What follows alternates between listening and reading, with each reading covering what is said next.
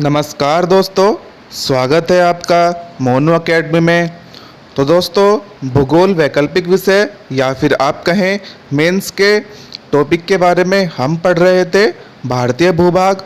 और उसमें हमने कल पढ़ा था भारतीय भूभाग को 5 भौतिक खंड में विभाजित किया जा सकता है।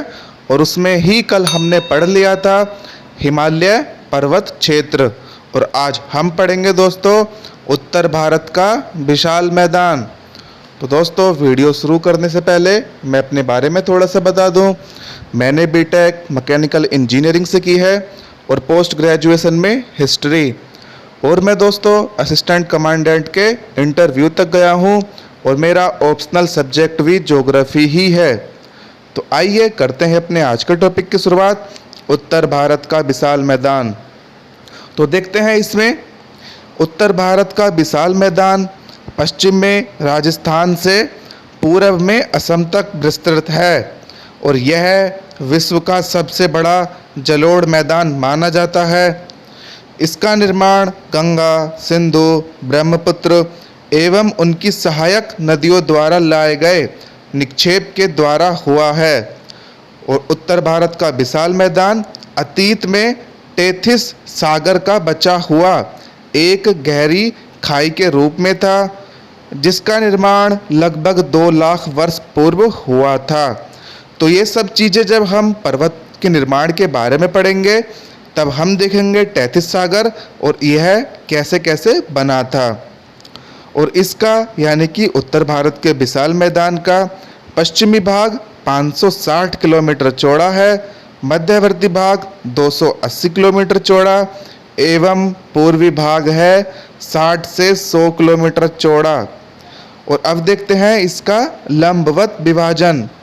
तो इसके लंबवत विभाजन में देखेंगे हम भावर क्षेत्र, तराई क्षेत्र, बांगर क्षेत्र, खादर क्षेत्र, उसके पश्चात रेह या कल्लड़ भी कहते हैं इन्हें, कल्लर, भूड़ और सबसे लास्ट में डेल्टा। देखते हैं इन्हें एक एक करके। हम आपके लिए डायग्राम भी बना दिया, आप देख सकते हैं। सबसे पहले भावर क्षेत्र। तो भावर क्षेत्र क्या है दोस्तों? भावर क्षेत्र शिवालिक पर्वत के दक्षिण में स्थित है। शिवालिक पर्वत मैंने कल ही पढ़ाया था और यह मोटे कणों से निर्मित है, जैसे कंकड़, पत्थर, बजरी इत्यादि। और इस क्षेत्र में अवसाद की प्राप्ति भूस्खलन से होती है और इसका विस्तार पश्चिम में सतलज नदी से पूरब में दिहांग नदी तक है। और इसकी औसत चौड़ाई है दोस्तों 8 से 16 किलोमीटर। और हिमालय क्षेत्र से आने वाली नदियां भावर क्षेत्र में प्रवेश करते ही भूमिगत हो जाती हैं, क्योंकि इन क्षेत्रों में मिट्टी के कण बहुत मोटे हैं और यह एक अनउपजाऊ क्षेत्र है। तो यहाँ से प्रीलिम्स के लिए क्वेश्चन बनता है कि कौन से क्षेत्र में आकर नदियाँ भूमिगत हो जाती हैं। तो वो क्षेत्र है दोस्तों भावर क्षेत्र। इसके पश्चात है हमारा तराई क्षेत्र। तो तराई क्षेत्र में देखते हैं, तराई क्षेत्र भावर के दक्षिण में स्थित है ठीक, और इसकी औसत चौड़ाई है 16 से 30 किलोमीटर। और तराई क्षेत्र में बारीक मिट्टी पाई जाती है और इसमें गाद की मात्रा अधिक होती है। और दोस्तों, हिमालय से आने वाली नदियां तराई क्षेत्र में पुनः धरातल पर बहने लगती हैं। तो यहाँ से फिर आपके लिए क्वेश्चन कि पुनः धरातल पर कहाँ पर आने पर नदियाँ बहती हैं, यानी कि कौन से क्षेत्र में? तो तराई क्षेत्र में। तराई क्षेत्र वर्तमान में दलदल भूमि, वन क्षेत्र एवं कृषि योग्य भूमि के अंतर्गत है। और पंजाब के क्षेत्र के अधिकांश तराई क्षेत्र को कृषि योग्य भूमि क्षेत्र में परिवर्तित कर दिया गया है। होता क्या है कि जो तराई क्षेत्र है उसमें दलदल भूमि भी होती है, वन क्षेत्र भी और कृषि योग्य भूमि भी। तो पंजाब में क्या किया कि जो दलदल भूमि थी और वन क्षेत्र थे उनको भी कृषि योग्य भूमि क्षेत्र में तब्दील कर दिया है। इसके पश्चात बांगर और खादर, लेकिन इसको पढ़ेंगे हम एक डिफरेंस के, यानी कि इनमें क्या क्या अंतर है। तो बांगर क्षेत्र क्या होता है? यह क्षेत्र पुरानी जलोढ़ मिट्टी से बना होता है और यह एक ऊंचा भाग होता है। और खादर क्षेत्र यह एक नवीन जलोढ़ मिट्टी से बना निम्न प्रदेश है। तो यहाँ पर दोस्तों कन्फ्यूजन होता है बहुत से स्टूडेंट्स में कि खादर नवीन जलोढ़ मिट्टी होती है या फिर बांगर। तो इसको कैसे याद करना है कि खादर में खाद आ रहा है, तो जैसे ही हम नई फसल बोते हैं तो उसमें खाद डालते हैं। तो फसल बोई हमने तो उसमें खाद डाली, तो यह हो गई नवीन जलोढ़ मिट्टी, क्योंकि कई बार क्वेश्चन ज्योग्राफी में आया है यहाँ से। और जो बांगर का क्षेत्र होता है यह बाढ़ के तल से ऊंचा होता है, और खादर का क्षेत्र यहाँ प्रतिवर्ष बाढ़ आती है। यहाँ प्रतिवर्ष बाढ़ आती है, इसलिए यहाँ प्रत्येक वर्ष नवीन जलोढ़ मिट्टी आती है। और जो बांगर का क्षेत्र होता है वह कंकड़ युक्त और खादर का चीका मिट्टी युक्त। और बांगर कृषि के लिए अधिक उपयोगी नहीं होता और खादर का क्षेत्र गहन कृषि के लिए उपयुक्त होता है।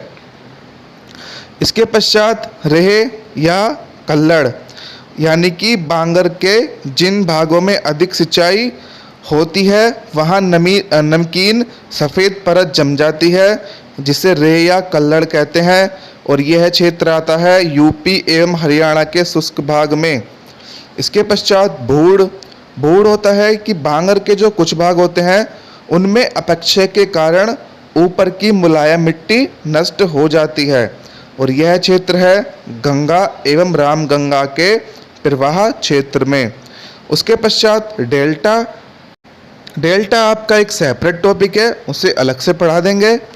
तो अब देखते हैं इनके मैदान के बारे में, क्योंकि ये जो उत्तर भारत का विशाल मैदान है, मैंने जैसे पहले बताया था कि राजस्थान से लेकर असम तक विस्तृत है। तो देखेंगे हम प्रत्येक राज्य में ये कैसे कैसे फैला हुआ है। तो इसको देखते हैं राजस्थान का मैदान। तो राजस्थान के मैदान में अरावली पहाड़ी राजस्थान के मैदान को दो भागों में विभाजित करती है। इसके पश्चिम में स्थित भाग है मरुस्थल के नाम से जाना जाता है, और इसके पूर्व में स्थित भाग राजस्थानी बांगड़ के नाम से जाना जाता है। तो आपको कन्फ्यूज़न नहीं होगा कि बांगड़ मिट्टी कौन सी होती है, चूँकि अरावली इसको दो भागों में डिवाइड करती है। तो अरावली के जो पश्चिम में हो गए वो मरुस्थल है वहाँ पे राजस्थान में, और पूरब में बांगड़ राजस्थानी बांगड़। राजस्थानी मरुस्थली क्षेत्र में जो औसत वर्षा होती है वो 25 सेंटीमीटर। दोस्तों पहले इस क्षेत्र में सिंधु नदी बहती थी, लेकिन जब हिमालय पर्वत का निर्माण हुआ तो उस समय अरावली पर्वत में उत्थान की प्रक्रिया हुई, जिसके कारण सिंधु नदी पश्चिम की ओर विस्थापित हो गई। इसके पश्चात है पंजाब हरियाणा दिल्ली का मैदान। इस मैदान का निर्माण सिंधु की सहायक नदियों द्वारा हुआ है और इसे पंचनाद के नाम से भी जाना जाता है। और इस मैदानी भाग में कई दोआब क्षेत्र स्थित हैं। दोआब क्षेत्र होता है दोस्तों दो नदियों के बीच का क्षेत्र। तो 5 पंचनाद बताए थे, तो देखते हैं कौन कौन से हैं। सिंध सागर दोआब, छाछ दोआब, रेचना, बारी और बिस्ट। देखेंगे इन्हें एक एक करके किन किन नदियों के बीच स्थित हैं ये। सिंध सागर दोआब है सिंधु और झेलम नदी के बीच, और छाछ झेलम और चेनाब, और रेचना यह है चेनाब और रावी नदी के बीच, और बारी दोआब है रावी और ब्यास नदी के बीच, और बिस्ट दोआब यह व्यास और सतलज नदी के बीच स्थित है। तो यहाँ से भी क्वेश्चन कई बार आए हैं कि कौन सा दोआब कौन सी नदियों के बीच में स्थित है। दोस्तों यह एक उपजाऊ क्षेत्र है और पंजाब में स्थित जलोढ़ मिट्टी के क्षेत्र को बेट कहा जाता है, और पंजाब के उत्तरी भाग में स्थित नदी द्वारा अपर्दित क्षेत्र को चोस के नाम से जाना जाता है। और यमुना नदी पंजाब एवं हरियाणा मैदान की पूर्वी सीमा भी निर्धारित करती है। तो यहाँ पर भी आपके लिए एक फैक्ट हो गया। इसके पश्चात है ऊपरी गंगा का मैदान। दोस्तों यह उत्तराखंड एवं पश्चिमी उत्तर प्रदेश में स्थित है। इस क्षेत्र का निर्माण गंगा, यमुना, रामगंगा आदि नदियों द्वारा लाए गए अवसाद के जमा होने से हुआ है। इसके पश्चात मध्य गंगा का मैदान। यह पूर्वी उत्तर प्रदेश एवं बिहार के क्षेत्र में स्थित है, और यह सर्वाधिक बाढ़ प्रभावित क्षेत्र भी है। और दोस्तों इस मैदान का निर्माण घाघरा, गोमती, गंडक कोसी आदि गंगा की सहायक नदियों द्वारा हुआ है। और इस मैदान क्षेत्र में नदी सर्पाकार घाटी, गोखुर झील, ताल, नदी तटबंध, बाढ़ का मैदान आदि महत्वपूर्ण भौगोलिक स्थलाकृतियाँ पाई जाती हैं। और इस मैदानी भाग को 3 उपभाग में विभाजित किया जा सकता है, जो इस प्रकार हैं: रोहिलखंड, मिथिला क्षेत्र और मगध का क्षेत्र। जो रोहिलखंड का क्षेत्र है वह गोमती और घाघरा के मध्य स्थित है, और जो मिथिला का क्षेत्र है वो गंडक, कोसी और महानंदा नदी के बीच स्थित है। और जो दोस्तों मगध का क्षेत्र है वह गंगा और सोन नदी के मध्य स्थित है। ये तीनों हो गए हमारे। अब आते हैं निम्न गंगा के मैदान पे। यह पश्चिम बंगाल में स्थित है और इस मैदान में नवीन जलोढ़ मिट्टी पाई जाती है। और इस मैदानी भाग में मिट्टी की अधिकतम गहराई 6000 मीटर तक पाई जाती है। और इस मैदानी भाग में कई उपखंड विभाजित कर सकते हैं, जैसे कि द्वार क्षेत्र, राढ़ क्षेत्र, बारिंद क्षेत्र, सुंदरवन डेल्टा। अब देखते हैं हम दोस्तों द्वार क्षेत्र के बारे में। यह पश्चिम बंगाल के उत्तरी भाग में स्थित है और यह देहरादून क्षेत्र के समान है। इसका मतलब है कि यह पर्वत घाटी क्षेत्र है। इसमें जलोढ़ मिट्टी के जमाव के कारण मैदानी क्षेत्र का निर्माण हुआ है। और यह क्षेत्र दोस्तों पश्चिम बंगाल के न्यू जलपाईगुड़ी क्षेत्र में स्थित है। अगला है हमारा राढ़ क्षेत्र। यह क्षेत्र पश्चिम बंगाल के पश्चिमी भाग में स्थित है, यानी कि पश्चिम बंगाल के भी पश्चिमी भाग में स्थित है। और यह झारखंड के पठारी क्षेत्र से भी जुड़ा हुआ है क्षेत्र दोस्तों। इसके पश्चात इसी में है बारिंद क्षेत्र।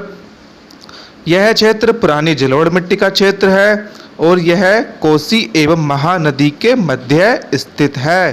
कौन सा? बारिंद क्षेत्र। तो इसमें आपके लॉन्ग तो चल ही रहे हैं, यानी कि ऑप्शनल के लिए भी, मेंस के लिए भी, और साथ में एक एक बीच में जो 2 लाइनें आ रही हैं वो आपके लिए फैक्ट के लिए बहुत ज़्यादा इंपॉर्टेंट है। यूपीएससी प्रीलिम्स हो या फिर आपके यूपीपीएससी या अदर स्टेट पीएससी हो। इसके पश्चात सुंदरबन। यह पश्चिम बंगाल के दक्षिण भाग में स्थित है, जो बंगाल की खाड़ी से जुड़ा हुआ है। सुंदरबन के नाम से तो आप भलीभांति परिचित होंगे, क्योंकि यह मैंग्रोव वन से भी है। इसका मतलब यहाँ मैंग्रोव वन बहुतायत में पाए जाते हैं। और यह क्षेत्र दोस्तों सुंदरबन डेल्टा के लिए भी विश्व प्रसिद्ध है। कौन सा क्षेत्र? सुंदरबन क्षेत्र दोस्तों। अगला है असम का मैदान। यह मैदानी क्षेत्र धुबरी से सदिया तक स्थित है और इसकी कुल लंबाई है 800 किलोमीटर और इसकी चौड़ाई है 60 से 96 किलोमीटर। और यह जो क्षेत्र है वो निम्न प्रदेश है। कौन सा? असम का प्रदेश, असम का मैदान। तो हमने कौन कौन से मैदान पढ़े हैं? राजस्थान का मैदान, पंजाब, हरियाणा, दिल्ली का मैदान, जिसमें हमने पंचनाद क्षेत्र देखे हैं। पंचनाद यानी जिसमें 5 नदियां हैं। इसके पश्चात हमने देखा था ऊपरी गंगा का मैदान, मध्य गंगा का मैदान, जो कि 3 उपखंडों में विभाजित था। इसके पश्चात निम्न गंगा का मैदान, जो कि आगे 4 भागों में बटा हुआ था: द्वार क्षेत्र, राढ़ क्षेत्र, बारिंद क्षेत्र और सुंदरबन डेल्टा में। इसके पश्चात सबसे लास्ट का मैदान था असम का मैदान। तो ये उत्तर भारत के विशाल मैदान के सारे मैदान हैं। और साथ ही हमने विभिन्न प्रकार के क्षेत्र देखे थे, जैसे कि भावर, तराई, बांगर, खादर, रेह, कल्लड़, भूड़, डेल्टा। और साथ ही हमने पढ़ा था बांगर और खादर में अंतर। तो ये हमारा आज का टॉपिक समाप्त होता है, उत्तर भारत का विशाल मैदान यहीं पर। वैसे तो दोस्तों प्रायद्वीपीय पठार जो हमारा अगला टॉपिक है वो भी मैं आपको आज ही पढ़ा सकता था, लेकिन यह टॉपिक एक खुद में ही बहुत बड़ा टॉपिक है, क्योंकि प्रायद्वीपीय पठार में बहुत सारे पठारी क्षेत्र भी पढ़ने को मिलेंगे हमें, और साथ में पहाड़ियाँ भी पढ़ेंगे हम, जैसे कि पश्चिमी घाट पहाड़ी और पूर्वी घाट पहाड़ी। और साथ ही देखेंगे कल हम पश्चिमी घाट एवं पूर्वी घाट पहाड़ी में अंतर। तो दोस्तों बने रहिए मेरे साथ ज्योग्राफी ऑप्शनल की क्लास में। मैं आपको पूरी ज्योग्राफी ऑप्शनल की क्लास करा दूंगा, जो ज्योग्राफी ऑप्शनल के साथ साथ आपके लिए मेंस में भी काफ़ी उपयोगी होगी। तो मेरे प्यारे साथियों, यदि आपको वीडियो पसंद आई हो तो उसे लाइक करें एवं शेयर करें। और यदि आपने मेरे चैनल को अभी तक सब्सक्राइब नहीं किया है तो उसे सब्सक्राइब अवश्य करें व बेल आइकन दबाना ना भूलें, जिससे कि आपके पास मेरी वीडियो की लेटेस्ट नोटिफिकेशन सबसे पहले पहुंचे। तो दोस्तों, वीडियो को अंत तक देखने के लिए आपका बहुत बहुत धन्यवाद।